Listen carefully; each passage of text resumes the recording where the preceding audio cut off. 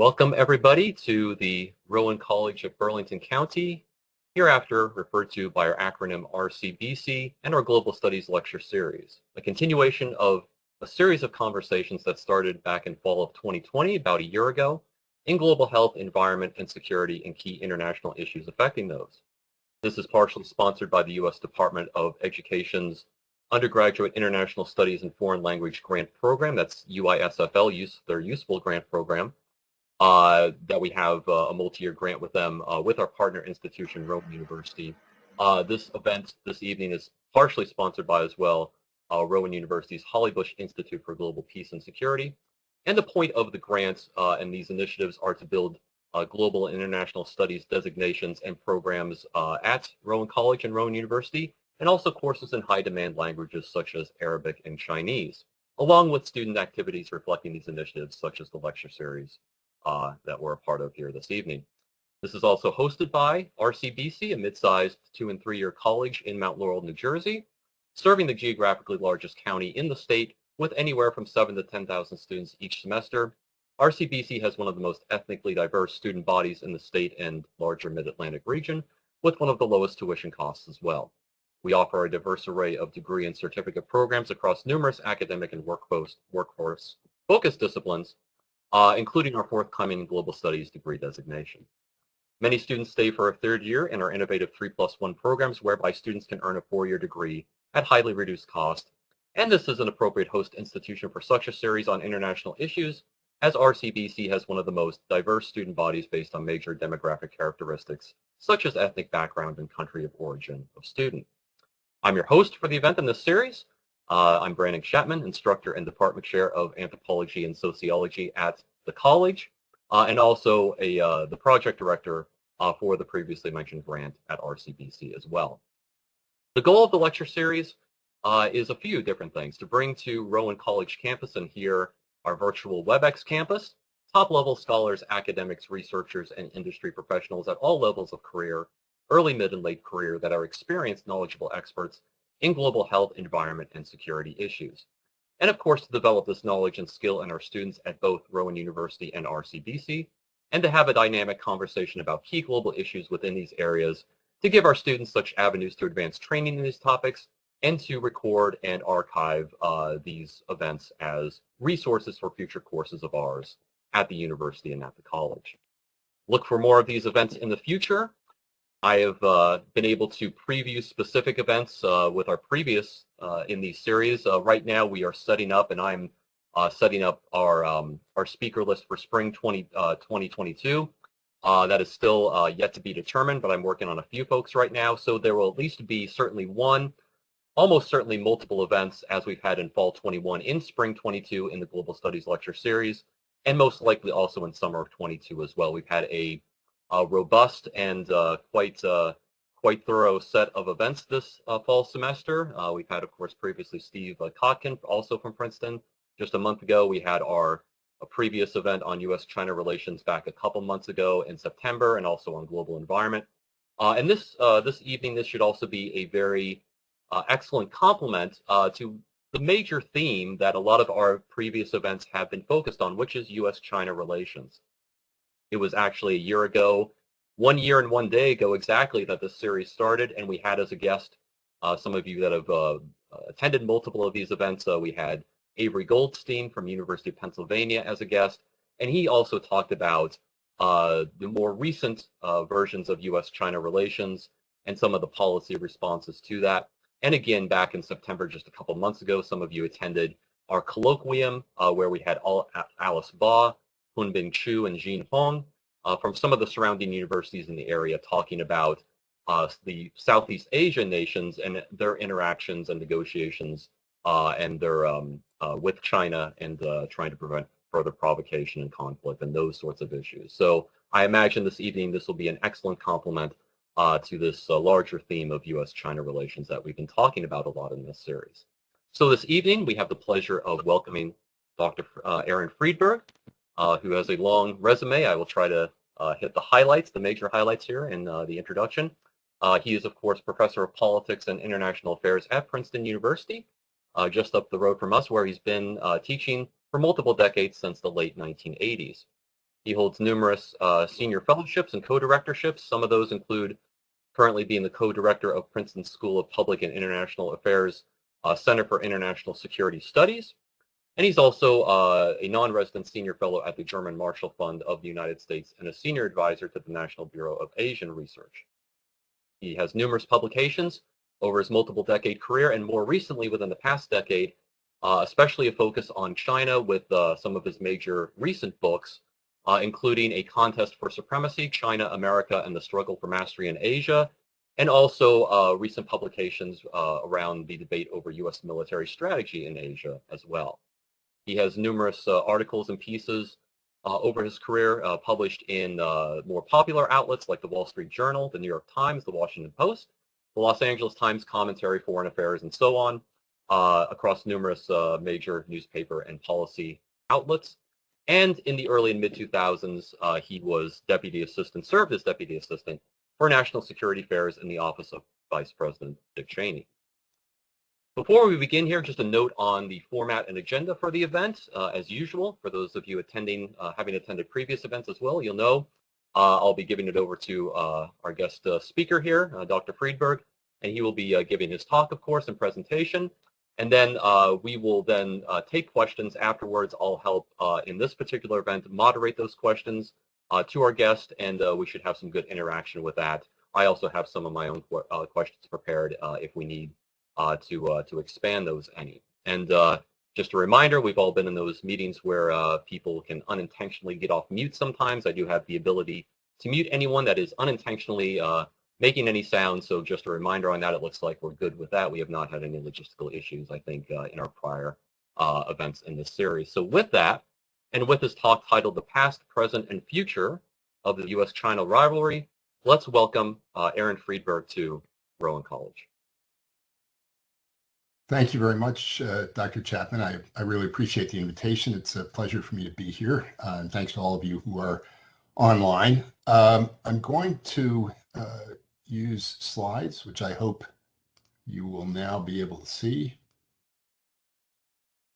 Okay. All right. So my topic this afternoon is the past, present, and future of the relationship between the United States and China. And I want to begin by talking briefly about the underlying forces that have shaped the relationship and appear to be driving it forward, and then turn to a discussion of how the relationship has evolved over the last 40 years or so, basically from the end of the Cold War down to the present. And I'm going to focus here on the strategies that the two powers, that the United States and China, have devised and developed for dealing with one another, and how those strategies have interacted and how they've evolved over time. And I'm going to close by offering a few thoughts about the future. So it's clear, I think, that the United States and China are engaged in an increasingly open and intense and now multidimensional rivalry. It's been underway, I would say, for over 30 years, at least since the end of the Cold War. And I think there are two factors that have been driving this intensifying rivalry. On the one hand, there are the geopolitical forces, the traditional dynamics of power politics, situations in which a power has long been dominant, a country, an empire has long dominated, and another is gaining in strength and closing the gap between itself and the previously dominant power, have historically been conducive to mistrust, rivalry, competition, and quite often open conflict or war. And some of what we've seen going on between the United States and China, I think, has been driven by those traditional power political dynamics. There is another factor, however, which enters into the equation, which I think is also very important, and that's ideology.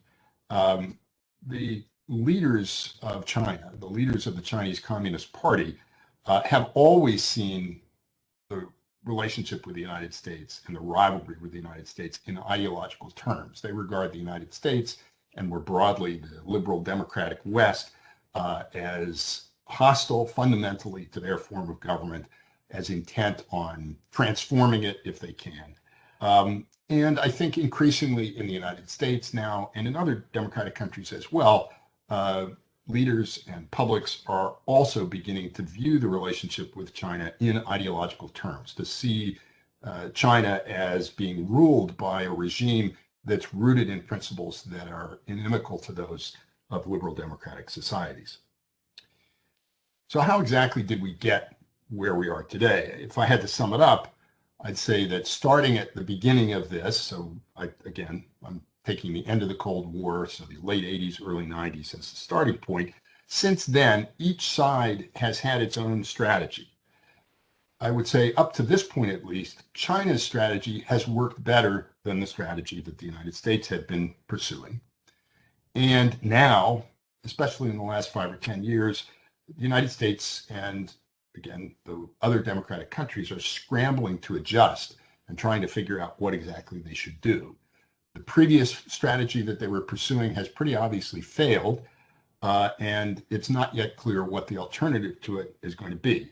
The reason for that failure, I would say, is that the United States and other Western countries have underestimated their resilience, the resourcefulness, and the resolve, and the ruthlessness of the Chinese Communist Party. This rivalry is now in its third phase, and let me talk briefly about each of these three. From 1989, so the fall of the Berlin Wall, the Tiananmen Square massacre of June 1989, down to 2008, 2009, I would say that both sides were pursuing more or less stable strategies, and each side thought that time was on its side. China's strategy is, the essence of it is summed up in this remark by the former Chinese leader Deng Xiaoping, who said in 1991, China should hide its capabilities and bide its time. And what this meant in practice was that Chinese leaders would take advantage of engagement with the United States and with the West, but do everything they needed to do to maintain the CCP's monopoly on domestic political power. They would build up what they refer to as comprehensive national power, which is a term that Chinese strategists use to refer to everything, basically military power, economic, technological, diplomatic, and so on. Build up that comprehensive national power, and they would advance cautiously towards their external goals, which I would argue have from the start been to reassert or reestablish China in a position of preponderance in Eastern Eurasia, and over time to become a global power on par with and potentially eventually superior to the United States. So that was the Chinese strategy. The U.S. strategy has, during this time, consisted of two elements. One was engagement, in particular economic engagement, trade and investment, but also engagement between the two societies, intellectual contact, scientific cooperation, educational exchange, and so on, while at the same time working to maintain a balance of power, especially a balance of military power in the Asia-Pacific region that would be favorable to the United States and favorable to its democratic partners and allies in the region, even as China grew stronger, as it was expected to do. And the goals of that strategy were threefold. First, to encourage China to become what in the Bush administration was labeled a responsible stakeholder, to draw it into the international system, to encourage its membership in international institutions, in the hopes that in time that would cause China's leaders to see their interests as lying in preserving and upholding that system rather than seeking to change it in fundamental ways, still less to overthrow it. So that was goal number one. Goal number two, to promote the liberalization of China's economy, encourage its movement, which was seen to be underway, really going back even before the end of the Cold War, towards greater reliance on the market and less reliance on the state and on state-directed economic planning. The belief was that over time, the forces that were pushing China towards liberalization would be overwhelmingly strong, and that over time, China's economy would come more closely to resemble those of other advanced countries, of the West, including the United States. Third and finally, in part as a result of economic liberalization, American political leaders and others believed that engagement with China would promote tendencies towards political liberalization or democratization. And there were many reasons why people believed this. One, maybe the most important, was the belief based on history that as countries grow wealthier, as they develop a middle class, the middle class has tended to be the standard bearer for political liberalization. That was true in Europe in the 19th century. It's been true in parts of Asia in the 20th century, including South Korea and Taiwan. And the expectation was that China, too, would eventually follow that path. And the essence of this U.S. strategy is summed up in the quote from George W. Bush, but you could find many from Bill Clinton and other people on both sides of the political aisle. Trade freely with China, and time is on our side.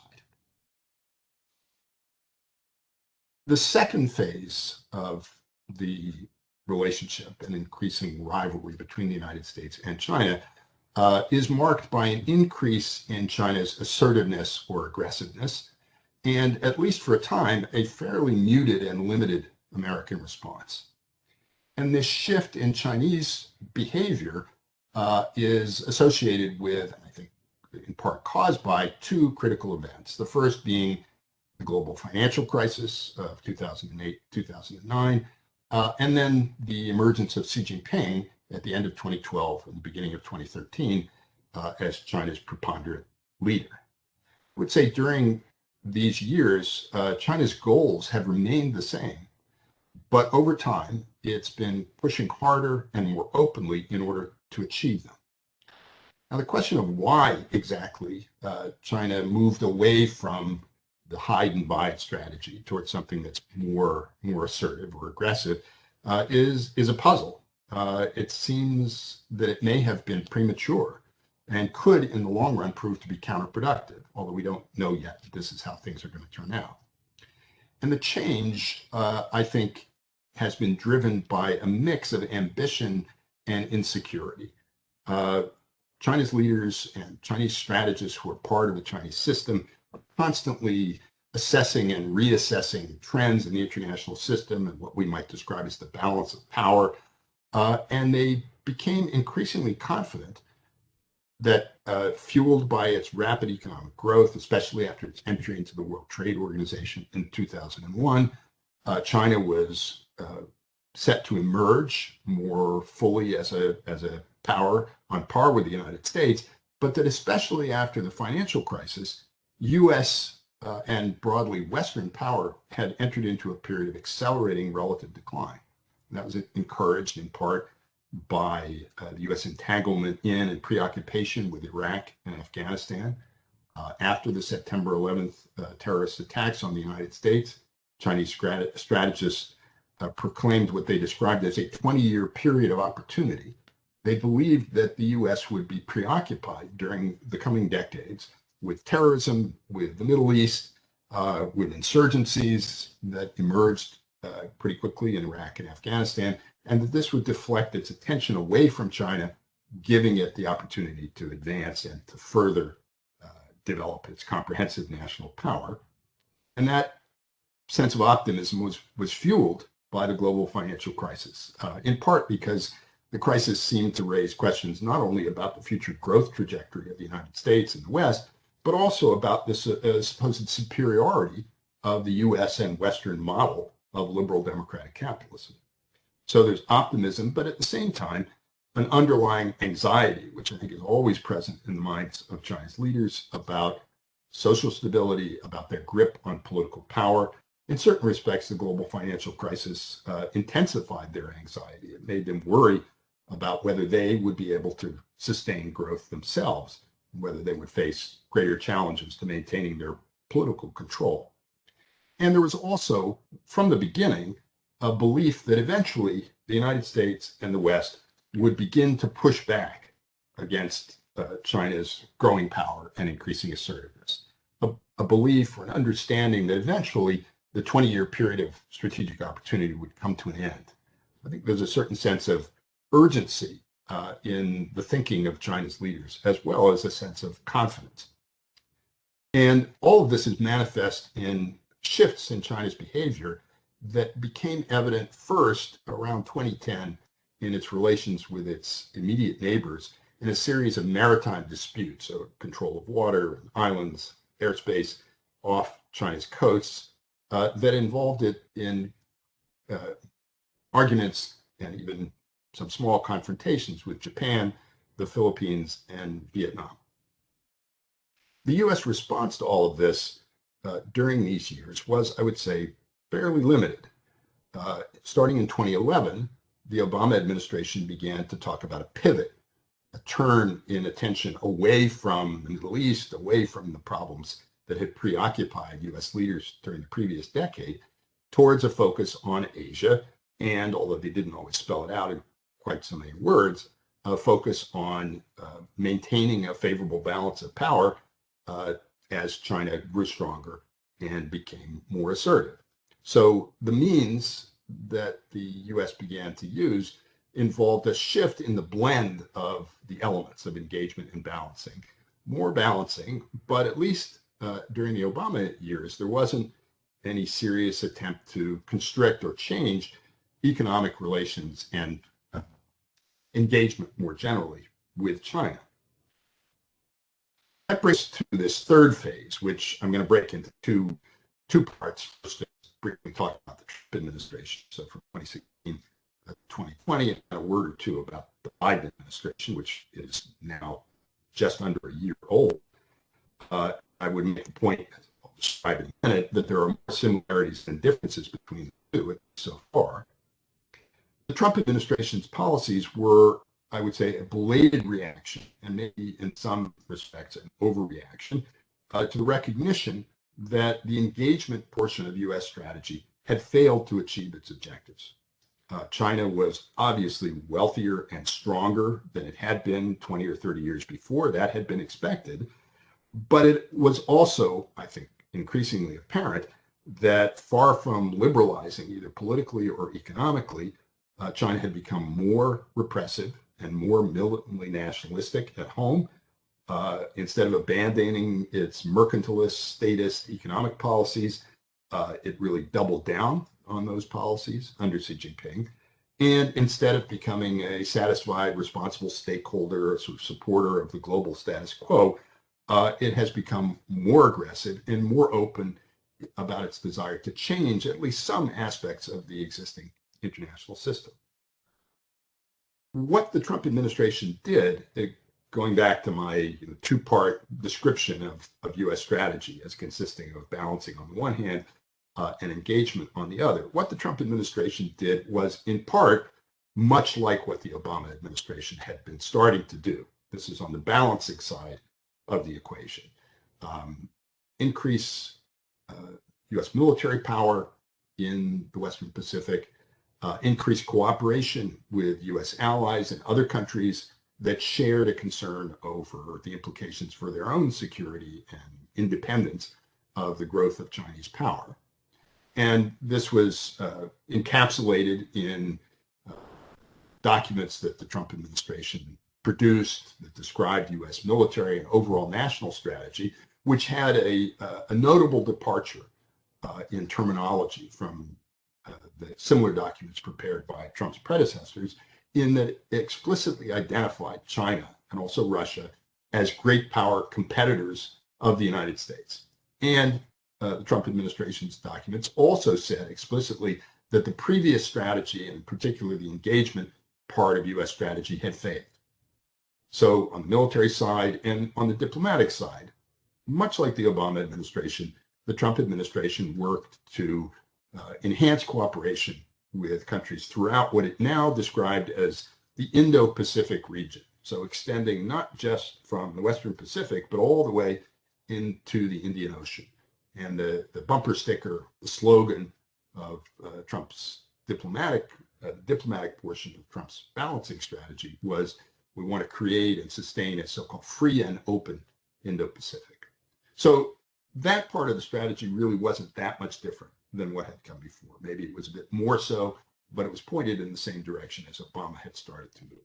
the real novelty in Trump's strategy is on the engagement side, because for the first time in a serious way under the Trump administration, the United States began to constrict its engagement with China. And this is especially evident in the part that people have focused on in the economic relationship. And the Trump administration imposed tariffs on imports from China to a much greater extent than any previous administration had done. It imposed some new restrictions and oversight on Chinese investment in American companies, some limitations or export controls on American companies that prohibited them from selling certain key technologies to China. So the U.S. began to move not towards decoupling, although that term is sometimes used, but what I would describe as partial economic disengagement from China. In addition, the Trump administration talked much more openly about China's so-called influence operations, its attempts to shape the perceptions and the policies of publics and leaders in democratic countries, including the United States. And it also became, at the very end of the Trump administration, more vocal in criticizing the Chinese Communist Party and in calling attention to the repressive nature of the CCP regime.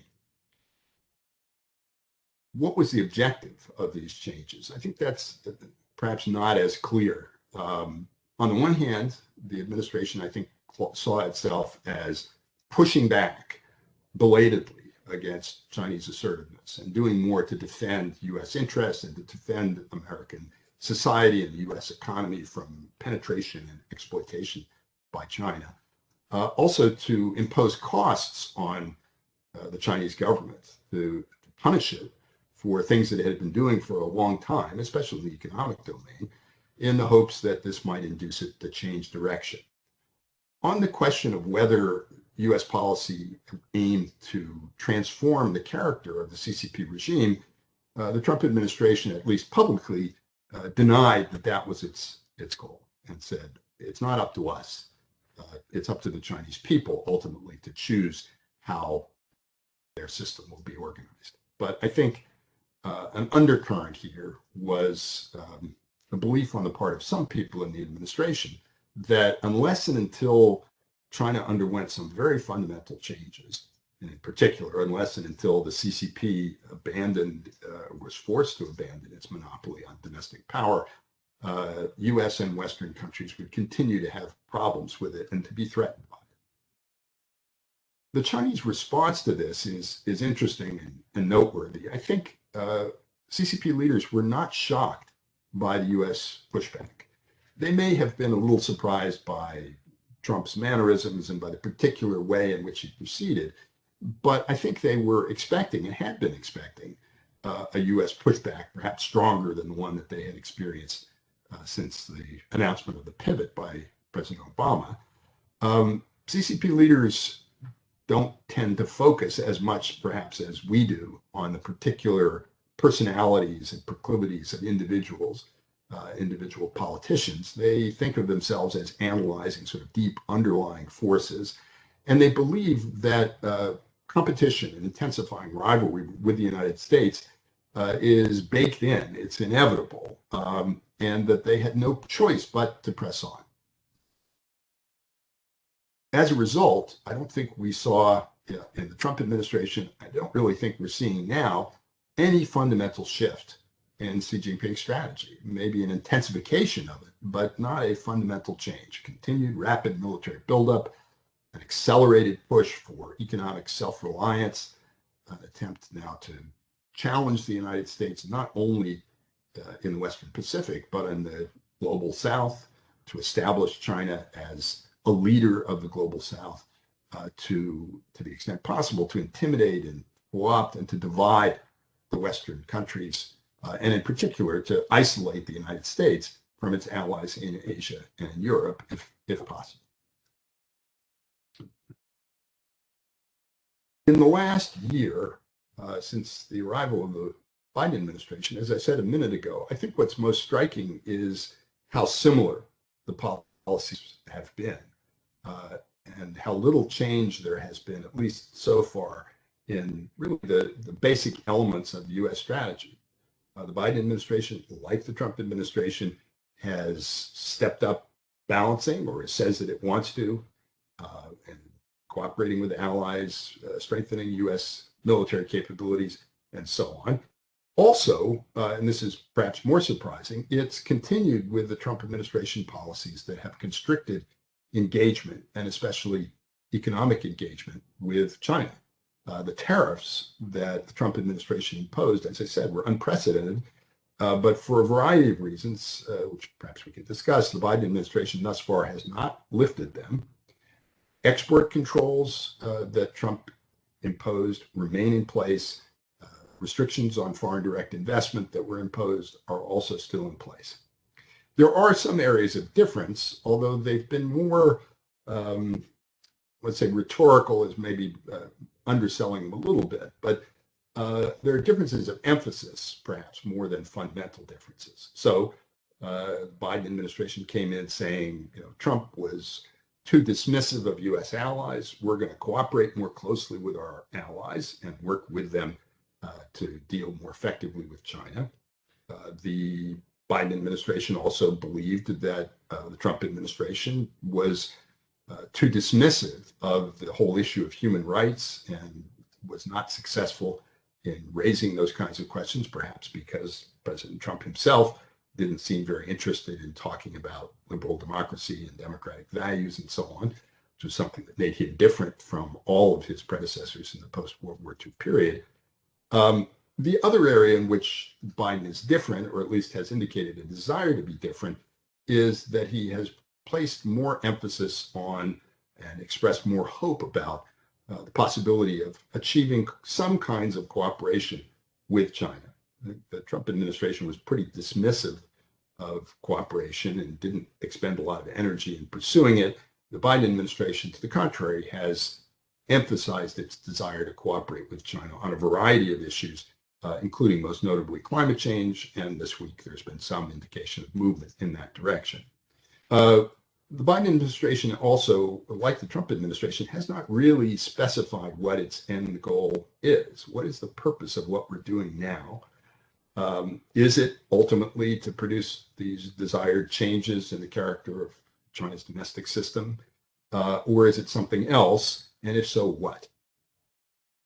What's been notable to me in the last year on the Chinese side is that, contrary to what I might have expected going back about 18 months ago, the CCP regime really made no attempt at a so-called reset with the new U.S. administration. They didn't extend an olive branch to Biden and indicate their desire to cooperate closely. To the contrary, at the opening meeting between high-level Trump and Biden administration officials, the Chinese delegation was very aggressive in criticizing the United States and took advantage of this public platform to read demands, basically, and blame the United States for the deterioration of relations, and to insist, in effect, that the Biden administration had responsibility for fixing things up. There's been no modification, I would say, in any substantial way in the policies that the Xi Jinping has been pursuing. And again, I think this reflects an underlying view on the part of Xi and his colleagues that a corner has been turned, that this rivalry is going to intensify, that it's driven by the factors that I mentioned before, by geopolitical factors and ideological factors, not by personalities, not by the political party that happens to be in power. So I think one of the reasons why they didn't try very hard to reset relations with Biden was because they thought the Biden administration had already made its basic decisions about continuing a policy of confrontation towards China. So where does that leave us? Where are we headed? I think it's safe to say that the chances of any real improvement in relations between the U.S. and China in the near term, and maybe beyond that, the foreseeable future, are very limited. I don't think that's going to happen. There may be, there's going to be a virtual summit between the two leaders. There was this announcement about a joint commitment to try to address the problem of climate change. A lot of this is superficial and symbolic. I don't expect more than that, at least not in the immediate future. There are growing worries, I think, about the possibility of some kind of direct confrontation between the U.S. and China. And those worries have increased in large part because China has been behaving even more aggressively in a number of areas, and especially towards Taiwan. So it's been flying aircraft towards Taiwan every day, sending out ships, making statements, conducting military exercises, all suggesting that perhaps, and perhaps sooner rather than later, China is going to use force to finally resolve the status of Taiwan. There are a lot of questions that hang over all of this. Let me just mention, I'm not going to try to answer them here, although I'm happy to talk about all of them. These are things that you've undoubtedly heard a lot of people say, or questions that people have been asking recently. One is, is this a new Cold War? Are we headed for a new Cold War? Are we actually in a new Cold War? On this problem of direct confrontation, how likely is it that, in fact, the Cold War might become hot and that the U.S. and China might be drawn into actual conflict with one another? Regarding U.S. policy and the future evolution of U.S. strategy for dealing with China, there is a question of whether there is now, in fact, a bipartisan consensus on how to deal with China. And many people have made the point that compared to virtually every other issue on the domestic political agenda and even in the foreign policy agenda, where there's deep division between the two parties, there seems to be a greater convergence on at least on agreeing that China is a challenge and a problem. There may not be as deep agreement on how to deal with it, but that's an important question going forward. What, in fact, are the prospects for cooperation? Climate change, on other global issues. Again, this is something that the Biden administration stresses and which previous U.S. administrations have talked about. We can't resolve these global problems, whether it's terrorism, or proliferation, or emergent diseases, or climate change on our own, or even in cooperation with our close friends and allies. No choice, the argument was, but cooperate with China on these issues. And it's a fine thing to say, but how realistic is it?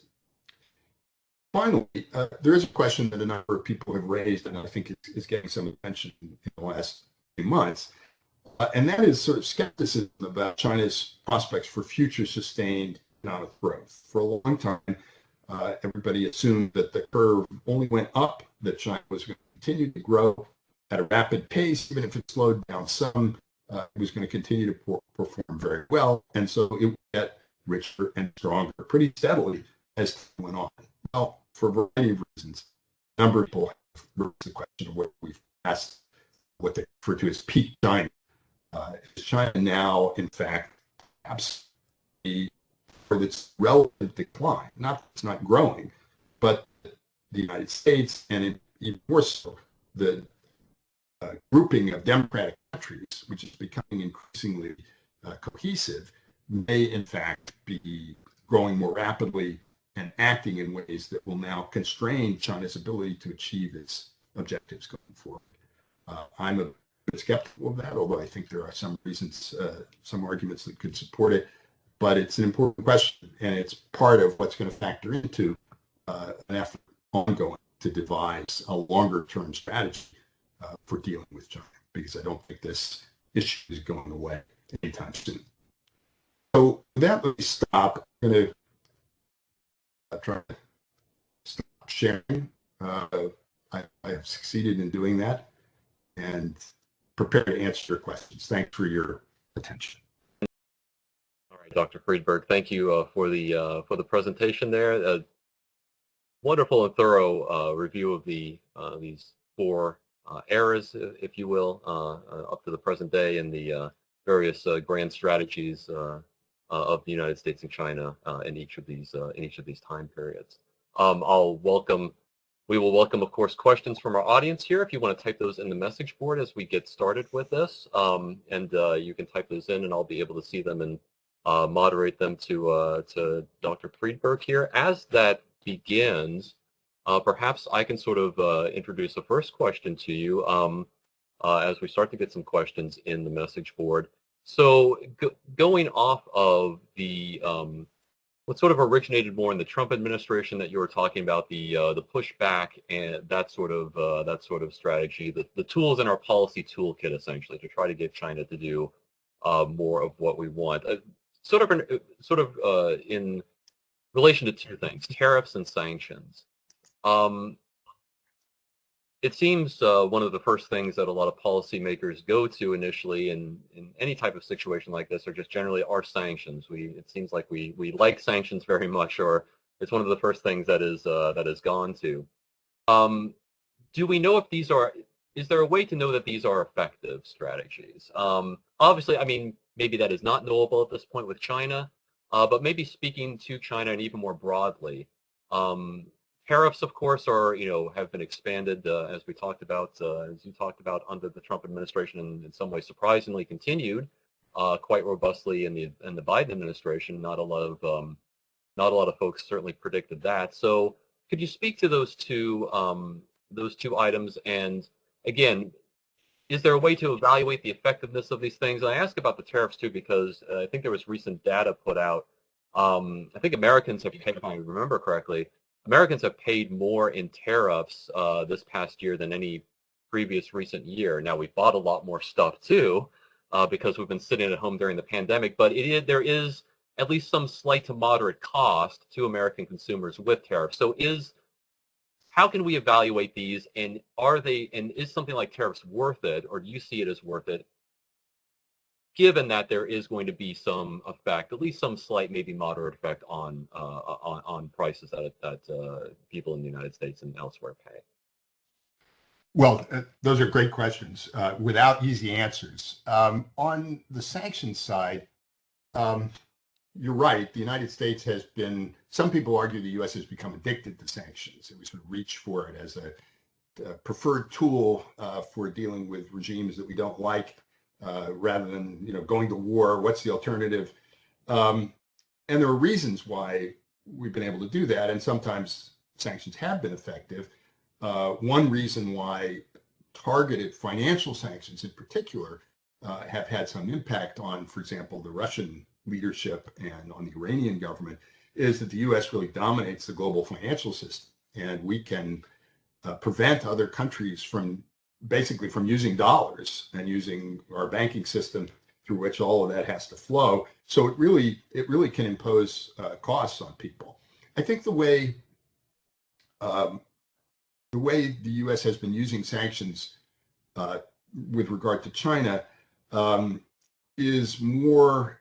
Some of it has been focused on some individuals, so people who may have been associated, for example, with the recent crackdown in Hong Kong, or with what most people in the West now see as a barbarous Chinese policy, building concentration camps for a million some ethnic Chinese Uyghurs who are Muslims.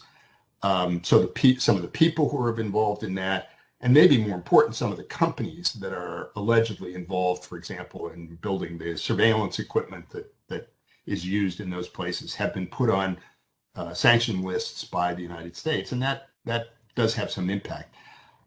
The question is, does it cause changes in policy? And I would say, from what we've seen so far, the answer is obviously not.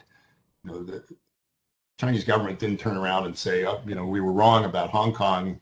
Please lift these sanctions. We'll let people go back and say what they want to say and have elections. They're not going to do that.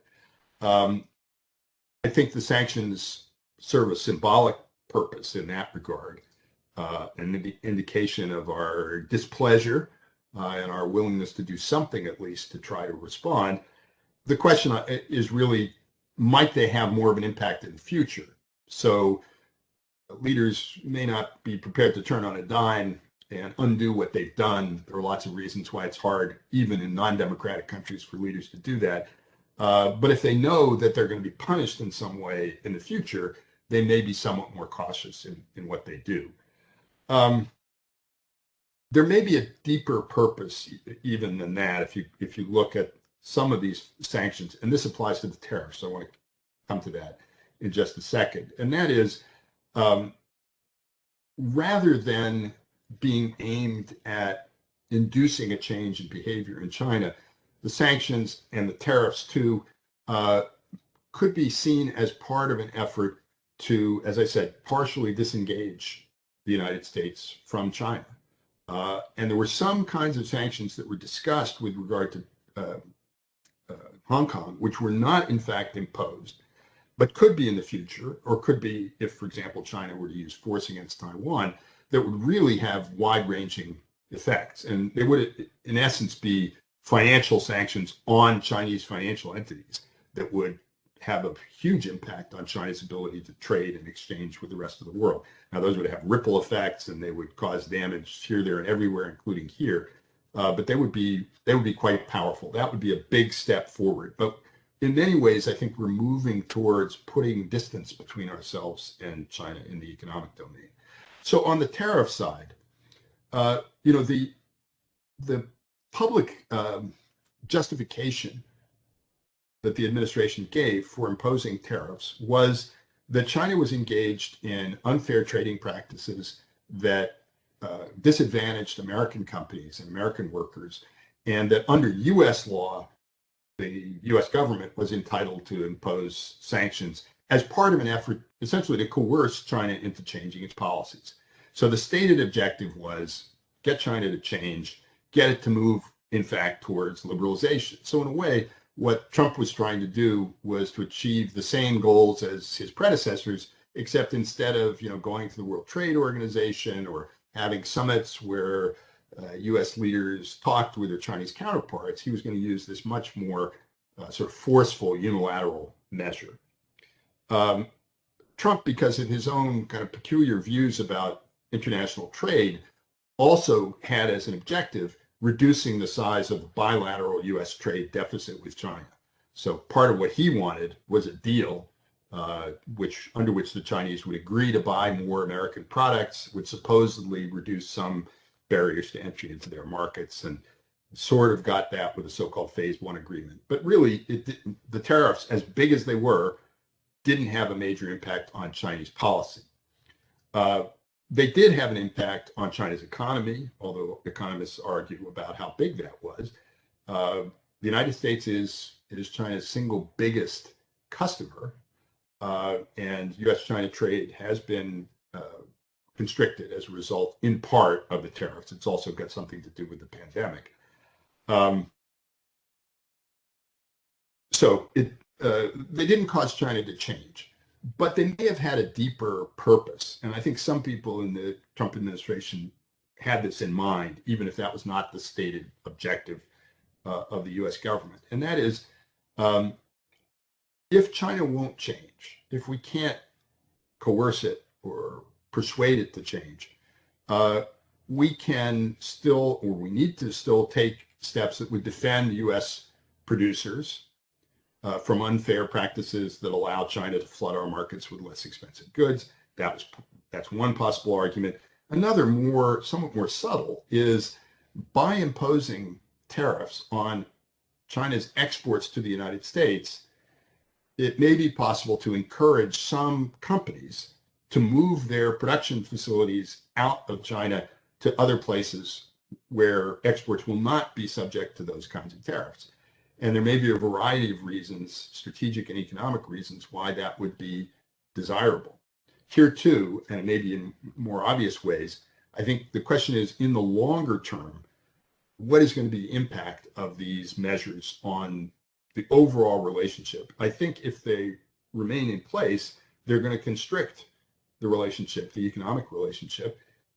And there's reason to think that that's going to be more damaging to China than it is to the United States. The U.S. is much more important to China than China is to the U.S., at least in terms of exports and imports. One final thought just about the tariffs and about the Biden administration.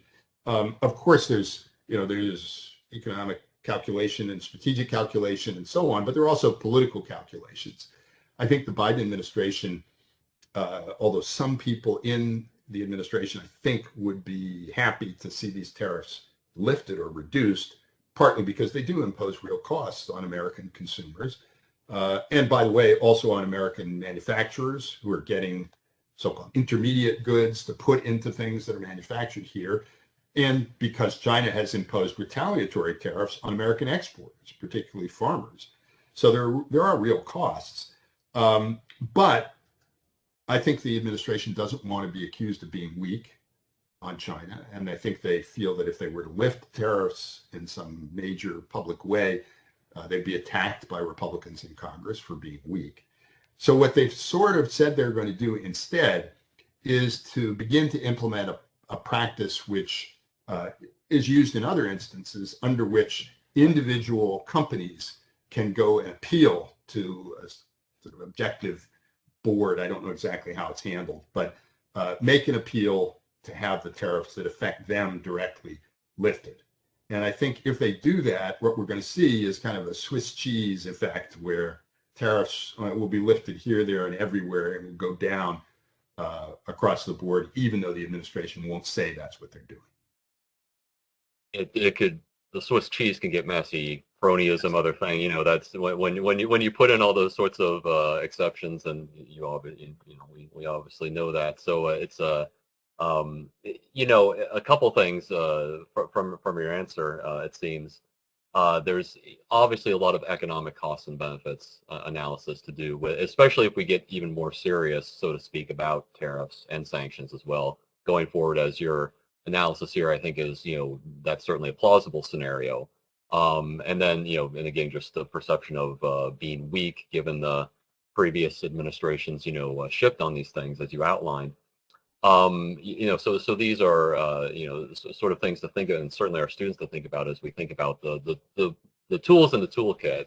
And the other thing too, is you sort of mentioned with sanctions, maybe they're not necessarily effective in every single case, but it's one stick leads to the perception that maybe there will be more sticks, you know, Right. the carrot and the stick sort of analogy. Yes. You know.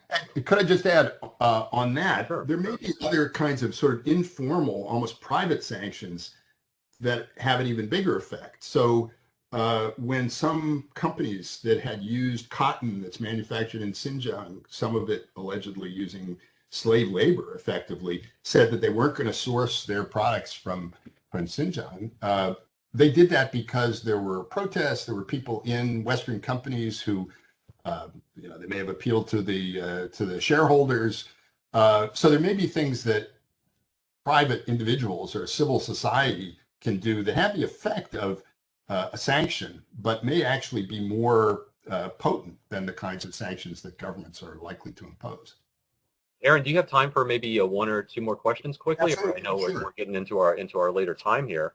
No, We had some good audience questions. I wanted to sort of maybe we could talk about, you know, both in the American public and also just in our political discourse these days. Maybe this is kind of a provocative question, but you have mentioned it too. You know, there is the perception that Americans, and, you know, we always have an enemy, I suppose, or, you know, identifying an enemy. I suppose China is that now, both in the public. If you look at political polling, I think that's becoming a little more clear. And just also, of course, our political rhetoric, whether it's on the Democratic or Republican side. Maybe we should talk just a little more about China's capabilities here. I mean, you know, and I ask this too because our previous guest in this series is a global historian, and he's not an alarmist of any sort, but when he was asked an audience question, what do you fear most geopolitically and geostrategically going forward, he said, well, it may be eventual war with China. Now, I don't think he was, you know, suggesting that as the most plausible scenario, of course, but, you know, looking long term, 3, 5, 10 years, what have you, you know, it's very hard to predict these things. So, you know, maybe it certainly could be a possibility. Certainly, I think is about as close as we can get in predicting such things, such complex things. You know, China obviously has military capability, intense military capability, but it also has problems, right? It has an aging population. You mentioned these sorts of hindrances. I think at the end of your in the end of your talk, or near the end of your talk, it has it carries a lot of debt, just like we do.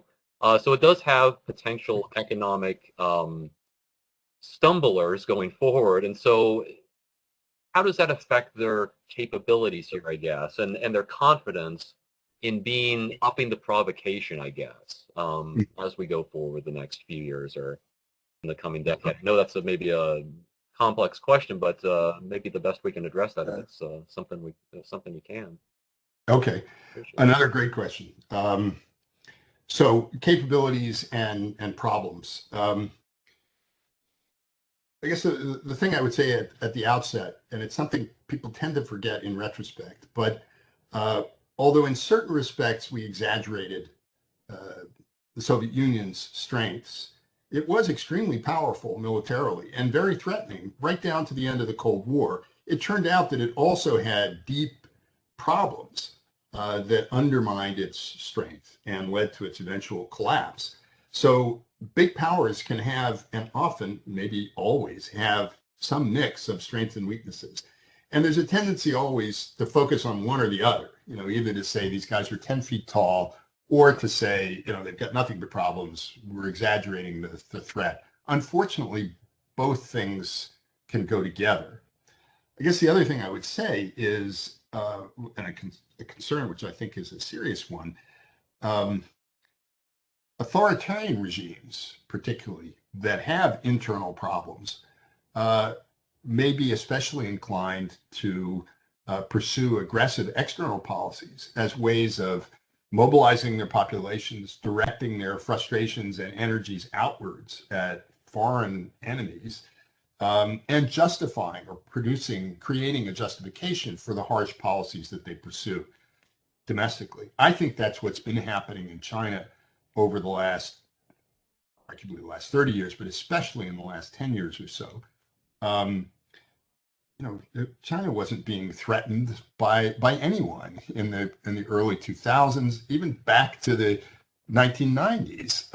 But especially after Tiananmen, when the regime realized that its ideology, Marxism, Leninism, Maoism, and so on, was losing its resonance, especially with younger people, they made a very calculated and deliberate decision to create a new module that they attached to their ideology, which has now grown, and that's nationalism. But a particular form of nationalism that emphasizes the bad things that were done to China in the past, the role of the CCP in saving China from humiliation by foreign powers, and now also increasingly the importance of maintaining CCP rule so that China can really come into its own and establish itself as a dominant world power.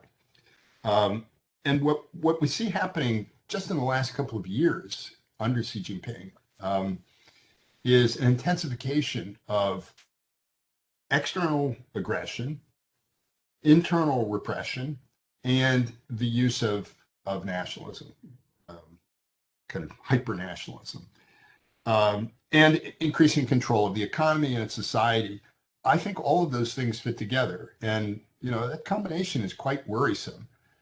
Just one example of something that the regime has done recently, which maybe has totally different explanations, but they've cracked down on kids playing video games, which I can't say as a father I'm totally unsympathetic to, but also on pop stars and who are perceived as being effeminate or not tough enough, and fan clubs and so on.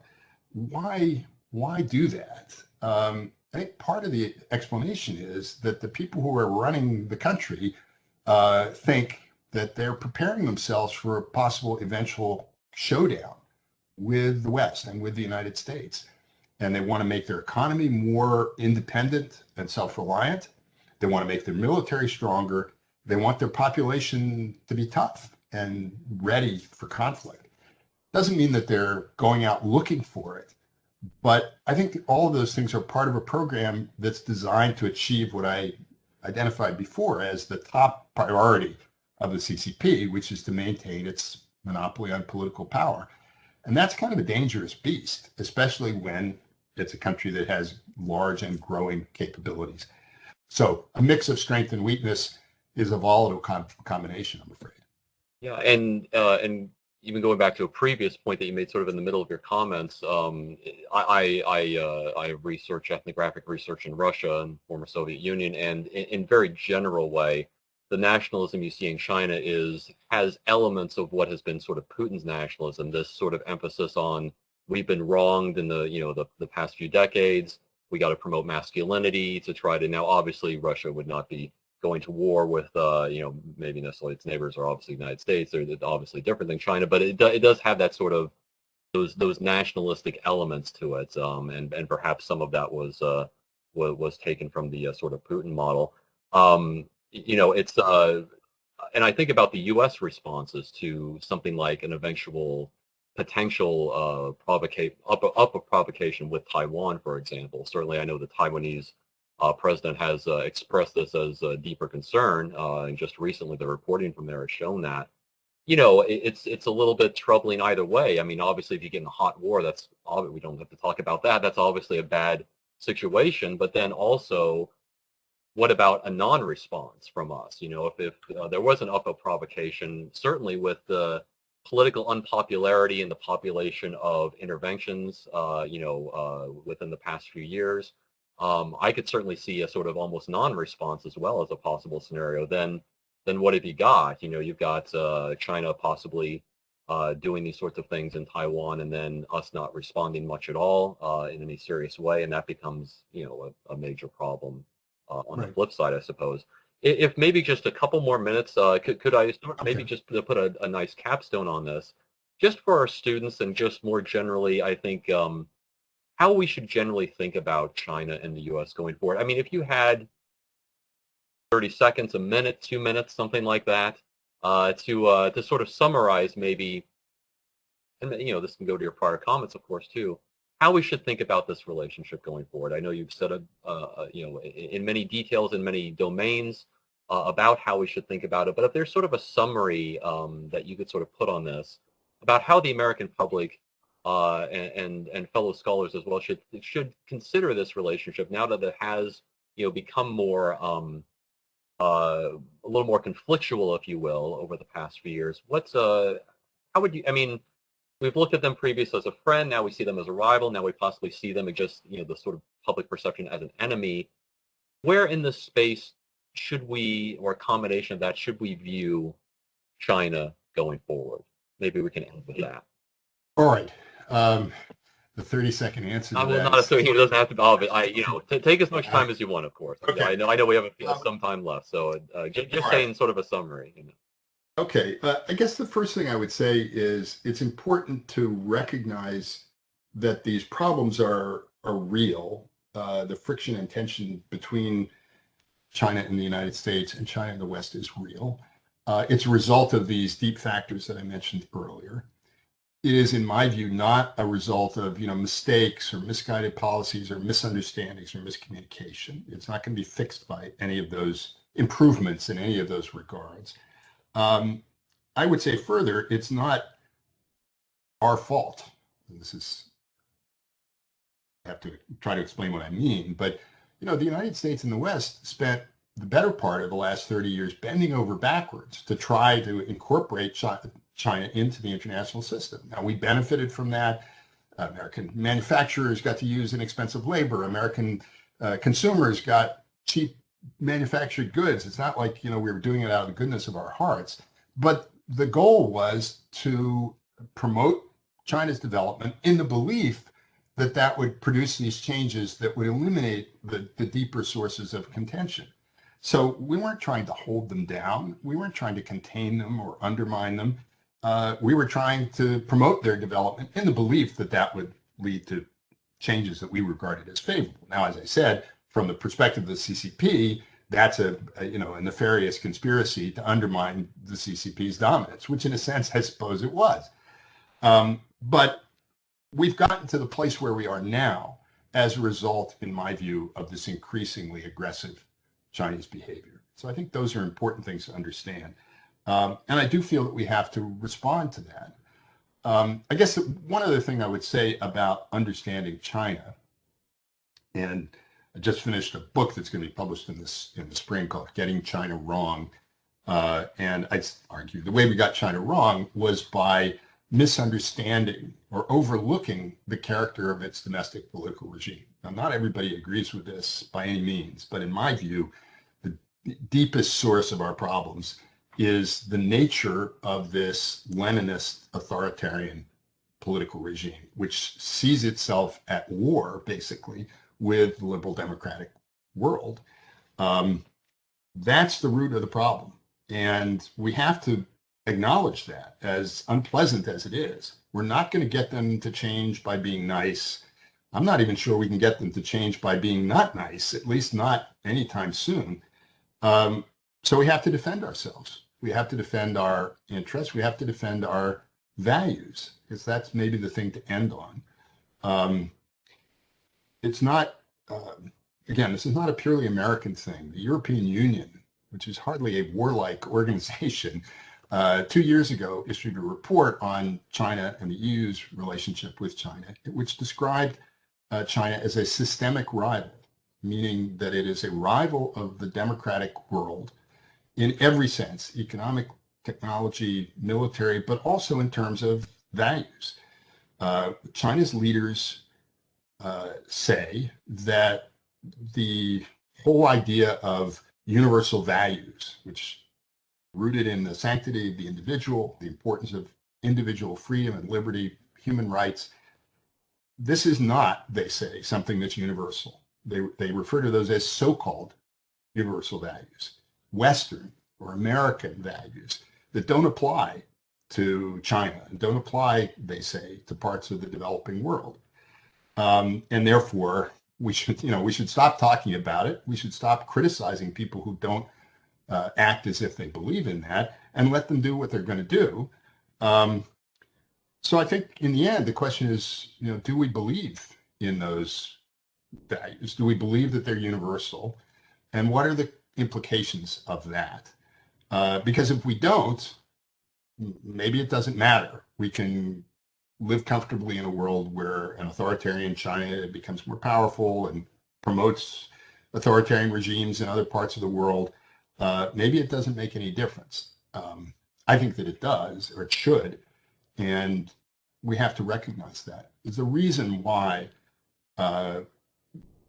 China's leaders are allergic to the notion that there's an ideological dimension to the rivalry, even though they themselves clearly see it.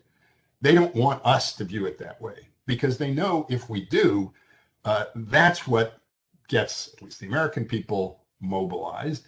And that's what would make us more serious than we've been about trying to oppose the expansion of their influence. So that's not exactly 30 seconds, but that's the best I can do. No, it's a wonderful answer to think about. You presented a very realistic look, of course, here at these issues in many domains, and it's your answer here, I think, speaks to the miscalculation that goes along with sort of the end of history thesis, right? That we were going to liberalize them, but the misunderstanding of what the nature of the regime is, I think maybe that sort of speaks to your answer as well, Dr. Friedberg. That's it's something we need to realistically keep in mind when we look at our policy tools and our bilateral and multilateral and other sort of things that we do and that we talked about. That's the key, in my opinion. Yeah. Well, I think we're at our time here, our advertised time, and you've been gracious for staying for some questions. Thank you for addressing the questions of our audience and for myself as well. It's been wonderful having you as a continuation of this theme on U.S.-China relations that we've had in our lecture series. And we thank Dr. Aaron Friedberg here this evening for joining us. And thank you, too, for our audience for joining us here and being with us on the RCBC Global Studies lecture series. Have a good evening, everybody.